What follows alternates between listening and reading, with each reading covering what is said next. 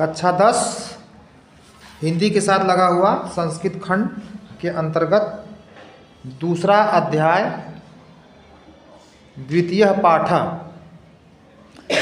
पाठ का शीर्षक है अन्योक्ति विलासः। अन्योक्ति विलासः, तो इसका संधि विच्छेद हो जाएगा अन्य प्लस उक्ति प्लस विलासः,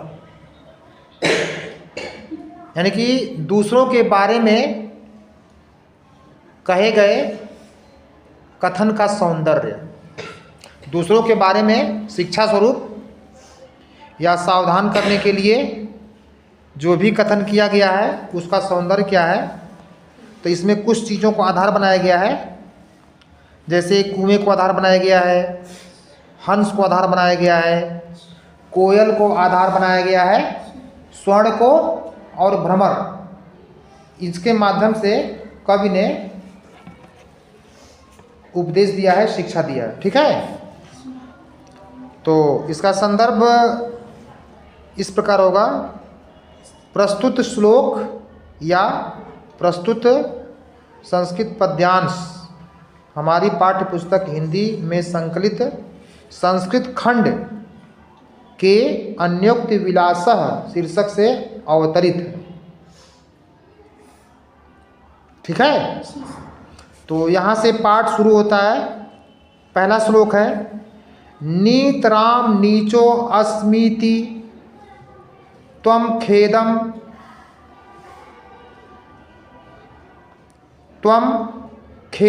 कूप, संबोधन का चिन्ह है यहाँ पे। त्वम कूप कदापि मा कृथाः अत्यंत सरस सहृदयो यतः परेशान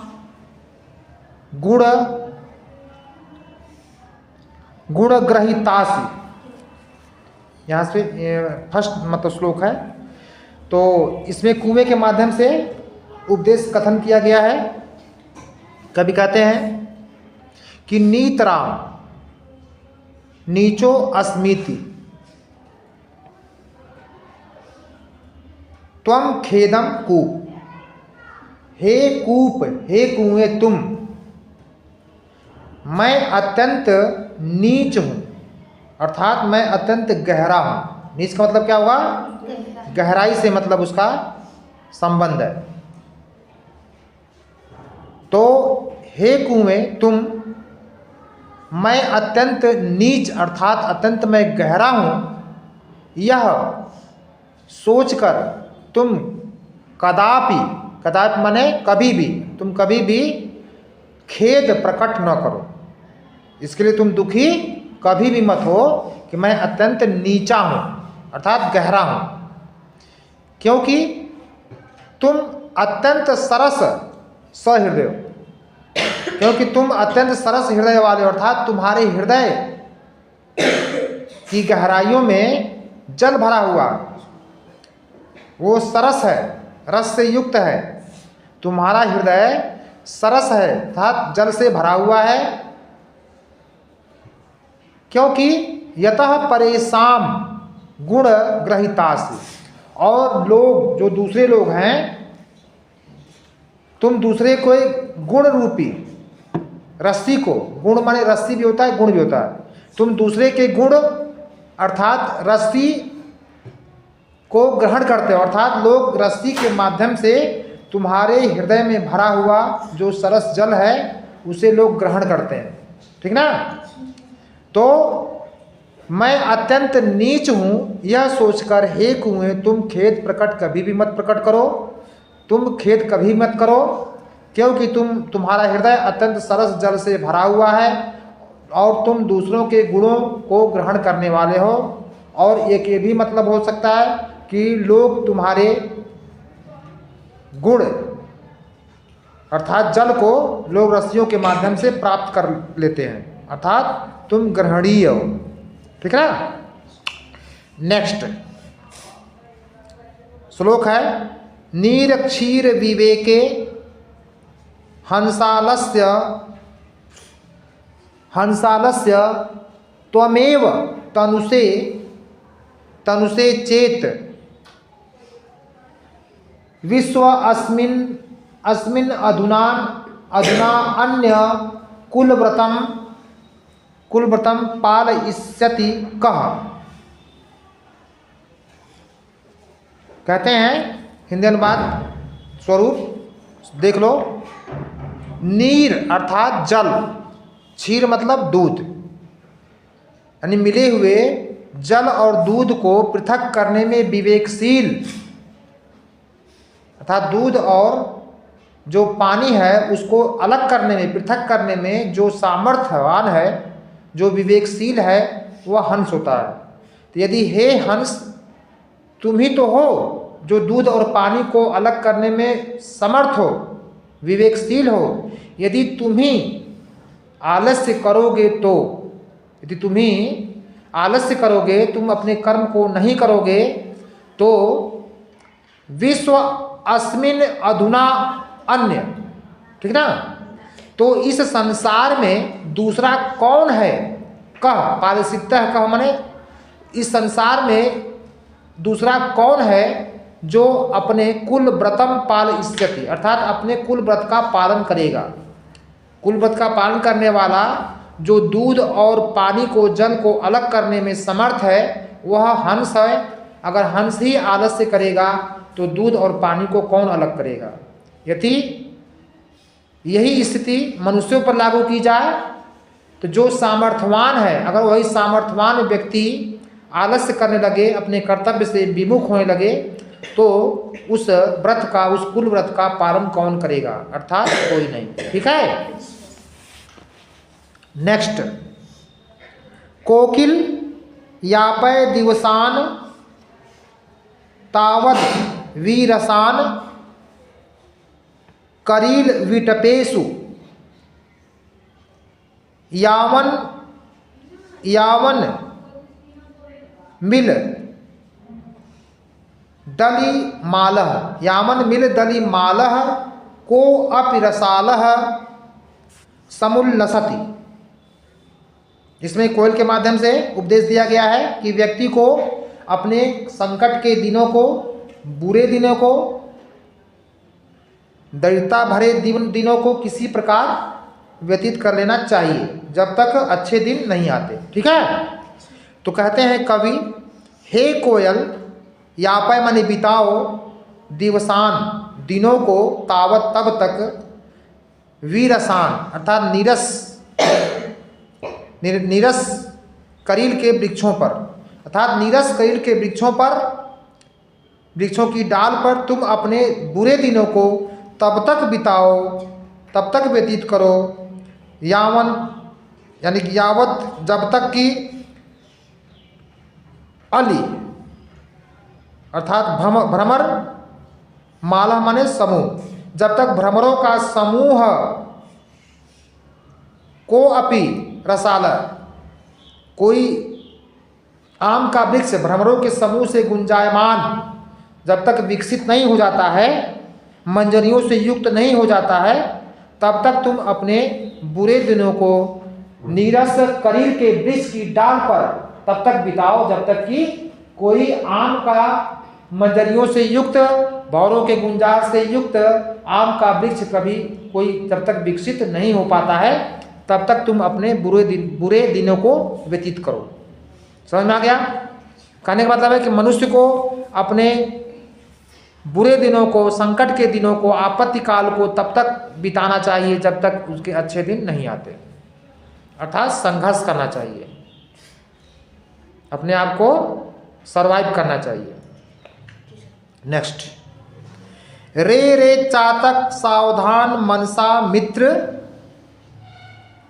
क्षणम श्रूयताम, क्षणम श्रूयताम अम्बोदा बहवो सन्ति गगने सर्वे अपि नैतादृशाः केचिद् वृष्टिभिः आद्रयन्ति वसुधाम गर्जन्ति केचिद् वृथाः यम यम पश्यसि तस्य तस्य तस्य तस्य पुरतो मां ब्रूहि दीनम वचः। इसकी व्याख्या देखो, इसमें कवि चातक के माध्यम से उपदेश कर रहा है। कहते हैं रे चातक, चातक जो पपीहा होता है, जो स्वाति नक्षत्र के बूंद को ही ग्रहण करता है, हमेशा अपने मुंह को ऊपर उठाए रखता है और किसी नक्षत्र के जल का वो पान नहीं करता, ये उसका प्रण है, ठीक ना। वो और अपने प्रण की का जो पालन है वो हमेशा करता है, सर्वदा करता है। कहते हैं हे चातक, रे चातक, हे पपिया, तुम सावधान मन से, हे मित्र तुम सावधान मन से क्षण भर के लिए, पल भर के लिए सुनो। कभी कहता है अम्बोदा बहवो संति गगने, अर्थात आकाश में बहुत से बादल, बहवो अम्बोदा बहुत से बादल संत मन हैं, सर्वे अपि मैतादृशाः, वे सभी बादल वैसे नहीं हैं जो तुम्हारी प्यास को बुझाएंगे। गगन में, आकाश में बहुत सारे बादल दिखाई देते हैं, लेकिन उनमें सभी बादल ऐसे नहीं हैं जो तुम्हारी आवश्यकता की पूर्ति करेंगे, जो तुम्हारी प्यास बुझाएंगे। केचित वृष्टि आद्रयंती, उनमें से कुछ बादल वर्षा करके गीला कर देते हैं। वसुधाम, धरती को, इस धरती को कुछ बादल बरस करके गीला कर देते हैं। गर्जंत केचिद वृथा, और उनमें से कुछ बादल ऐसे हैं जो व्यर्थ ही गरजते हैं। यम यम पश्यसि तस्य तस्य पुरतो मां ब्रूहि दीनम वचः, यानी जिस जिसको तुम देखते हो उससे, जिस जिसको तुम देखते हो उसके सामने तुम दीनम अर्थात दीनता के वचन ब्रूहि मत बोलो, मां ब्रूहि, अर्थात तुम जिस जिस बादल को देखते हो आकाश में, तुम उसके सामने तुम दीनता के, करुणा के वचन मत बोलो, क्योंकि उनमें से सभी बादल तुम्हारी प्यास को नहीं बुझाने वाले हैं। मनुष्य के लिए भी कहा गया है, मनुष्य तुम सावधान होकर मेरी बात क्षण भर के लिए सुनो, क्योंकि तुम्हारी आवश्यकता पूर्ति करने वाले इस संसार में सभी लोग नहीं हैं। उनमें से कुछ लोग ऐसे होते हैं जो तुम्हारी कुछ आवश्यकताओं की पूर्ति करते हैं, और कुछ देखकर ही रह जाते हैं, तुम्हारी आवश्यकता की पूर्ति नहीं करते हैं। तुम जिस जिसको देखते हो तुम उसके सामने दीनता के वचन, करुणा के वचन मत बोलो, तुम किसी से याचना मत करो। समझ में आ गया? नेक्स्ट, नौ वै ताड़नाथ, नौ वै ताड़नाथ तापनाद वहन मध्य नौ वै विक्रयात कृष्यम आनयोः अहम अस्मि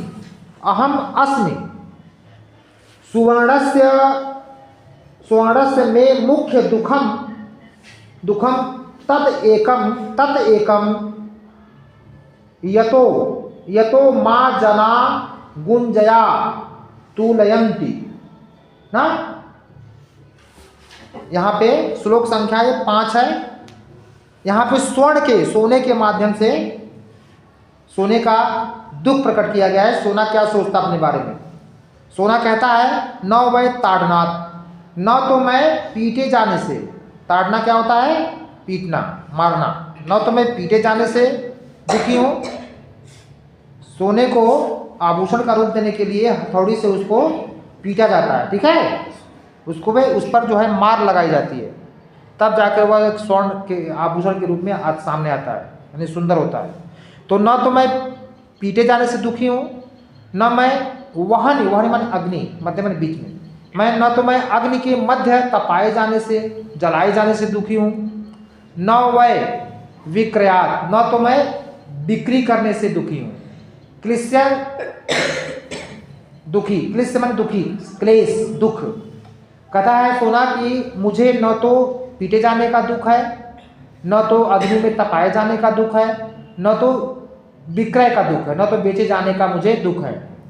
केवल मुझे दुख एक ही है, वह है स्वर्णस्य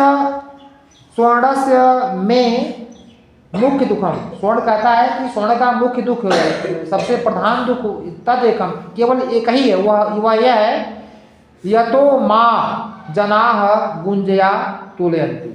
कहते हैं कि लोग मेरी जो तुलना है ना सबसे तुच्छ वस्तु रत्ती से, कौड़ी से, गुंजा से करते हैं, मुझे इसी बात का सबसे बड़ा दुख है। ठीक ना। नेक्स्ट श्लोक संख्या 6 है, ये संभवतः अंतिम श्लोक है, अंतिम है। श्लोक इस प्रकार है, रात्रि गमिष्यति भविष्यति सुप्रभातम भास्वान उदेस्याति हसिष्यति पंकजालिः इत्थम विचिन्त्यति कोशगते द्विरेफे हा हंत नलिनीं गज उज्जहारः। इसमें भ्रमर के माध्यम से मनुष्यों को ये उपदेश कथन किया गया है कि व्यक्ति आज सोचता कुछ और है और भविष्य में कुछ और ही हो जाता है। यानी कि व्यक्ति के अनुमान प्रकृति गलत सिद्ध कर देती है। भाई जो सोचोगे अगर वो नहीं होगा तो गलत हुआ कि नहीं हुआ। तो व्यक्तियों को भ्रमर के माध्यम से उपदेश कथन किया गया है कवि के द्वारा। इसमें एक छोटी सी कहानी है, लघु कथा है। शाम का समय है, एक भ्रमर पराग रस का आस्वादन करने के लिए कमल कोश में पड़ा हुआ है। जब संध्या होती है, रात्रि का आगमन जब होता है, तो उसके जो कमल कोश होते हैं, पराग कोश जो होता है वह बंद हो जाता है, क्योंकि वह पराग कोश में है, रस का पान कर रहा है। उसी समय अंधेरा होता है, संध्या होती है, वह कमल कोश बंद हो जाता है। वो उसमें बंद है, रात भर बंद रहता है। सोचता है कि रात्रि गमिष्यति, रात्रि व्यतीत होगी, रात्रि बीतेगी ना, रात्रि जाएगी, अर्थात रात्रि व्यतीत होगी। भविष्य सुप्रभातम, और सुंदर प्रभात का आगमन होगा। भास्वान उदेस्याति, और सूर्य का उदय भी होगा। और जब सूर्य उदित होगा तो हसिष्यति पंकजाली, तो तालाब में, जल में जो पंकजों का समूह है, जो कमलों का समूह है, वह विकसित हो जाएगा। हाँ, इत्थम विचिन्त्यति, यही विचार कर ही रहा था, कोश गते, कमल कोश में बंद, द्विरेफे ना, कमल कोश में बंद, यही विचार कर ही रहा था कि उसी समय हाय हंत नलिनीम गज उज्जहारा, उसी समय उस कमलिनी को एक हाथी आया और उसे उजाड़ कर लेकर चला गया, उसे उजाड़ दिया। बड़े दुख की बात है कि भ्रमर सोच रहा था कि सुंदर प्रभात का आगमन होगा, कमल विकसित होंगे, मैं उनका फिर रसास्वादन करूंगा, यही सोच ही रहा था। कमल कोश में बंद हुआ भंवरा, उसी समय एक हाथी आता है और उस कमलनी को उजाड़ कर लेकर चला जाता है। तो व्यक्ति सोचता कुछ और है और उसके साथ वो कुछ और जाता है। तो जो जीवन होता है वह अनिश्चितताओं से भरा हुआ होता है। ठीक है, इससे यही समझ में आया कि मनुष्य का जीवन, चाहे किसी भी प्राणी का जो जीवन होता है, वह अनिश्चितताओं से भरा होता है, उसमें कुछ भी निश्चित नहीं होता है। सभी समय के दास हैं, सभी समय के गुलाम हैं। तो ये रहा आपका पाठ संख्या 2, अन्योक्त विलासा की संपूर्ण व्याख्या और संदर्भ।